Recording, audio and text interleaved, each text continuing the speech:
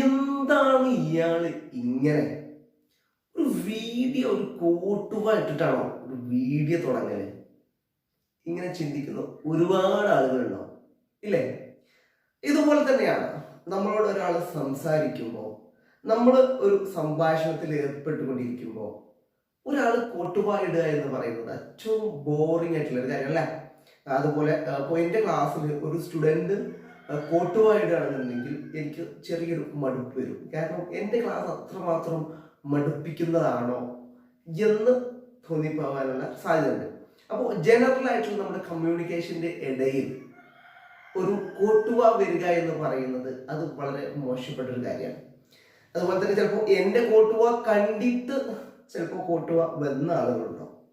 അതായത് കോട്ടുവയുടെ സൈക്കോളജി അങ്ങനെയാണ്. മറ്റൊരാൾ കോട്ടുവ ഇടുന്നത് നമ്മൾ കാണുകയാണെന്നുണ്ടെങ്കിൽ നമുക്കും സ്വാഭാവികമായിട്ടും കോട്ടുവ വരാനുള്ള സാധ്യതയുണ്ട് എന്നുള്ളത് അതിൻ്റെ ഒരു സൈക്കോളജിയാണ്. എനിവേ ഈ ഒരു സ്വഭാവം നമുക്ക് മാറ്റിയെടുക്കേണ്ടതാണ് അല്ലേ? അപ്പോൾ അതിനുള്ള ചെറിയൊരു ടിപ്സ് ആയിട്ടാണ് ഞാൻ വന്നിട്ടുള്ളത്.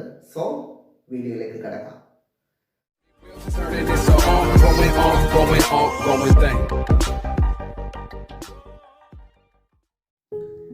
ഹലോ, ഞാൻ AR ആണ്. അപ്പോൾ ഇത് രണ്ട് രീതിയിലുള്ള ടിപ്സ് ആണ് ഞാൻ പറയുന്നത്.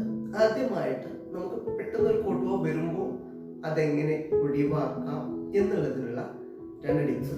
അതേപോലെ കോട്ടുവ ഇടുന്ന സ്വഭാവം സ്ഥിരമായിട്ട് ഉള്ള ആളുകളുണ്ടാവും, അവർക്ക് ഇതെങ്ങനെ ഒഴിവാക്കാം എന്നുള്ളതിനുള്ള ഒരു ടിപ്പാണ്. ഇതിന്റെ കാരണങ്ങൾ എന്തൊക്കെയാണ് എന്നുള്ള രീതിയിൽ ഒരുപാട് പഠനങ്ങളും മറ്റും നടന്നിട്ടുണ്ട്. ആ രീതിയിലേക്കൊന്നും ഞാൻ കടക്കുന്നില്ല. അപ്പൊ ആദ്യമായിട്ട് നമുക്ക് കോട്ടുവ വരുമ്പോൾ പെട്ടെന്ന് നമ്മൾ ചെയ്യേണ്ട ഒരു കാര്യം, നമ്മൾ ഈ നാവ് കൊണ്ട് നമ്മുടെ മേൽ ചുണ്ട് നനച്ചു കൊടുക്കുക. അതായത് പെട്ടെന്ന് കോട്ടുവ വരികയാണെന്ന് നമുക്ക് തോന്നുന്ന സമയത്ത് തന്നെ നാവ് കൊണ്ട് മേൽ ചുണ്ട് ഇങ്ങനെ നനച്ചു കൊടുക്കുക. അപ്പൊ ഇതൊന്ന് പരീക്ഷിച്ച് നോക്കുക. നിർബന്ധമായിട്ടും നിങ്ങളുടെ കോട്ടുവ ഉടനടി സ്റ്റോപ്പ് ആവും.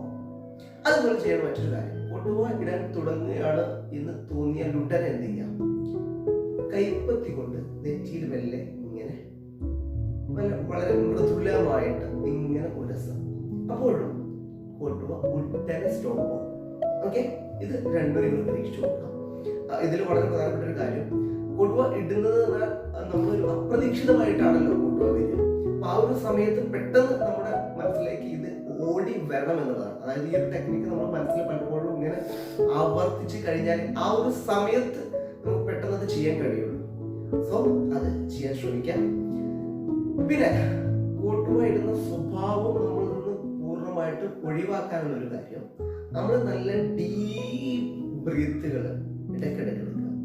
ദിവസവും രാവിലെ ഒരു 10 ഡീപ്പ് ബ്രീത്ത്, അതുപോലെ രാത്രി കിടക്കുന്ന സമയത്ത് ഒരു ഡീപ്പ് ബ്രീത്ത് തുടങ്ങി എടുക്കുക എന്നുള്ളതൊക്കെ വളരെ നമുക്ക് മാനസികമായിട്ടും ശാരീരികമായിട്ടും ഒക്കെ വളരെ ഉന്മേഷം നൽകുന്ന കാര്യങ്ങളാണ്.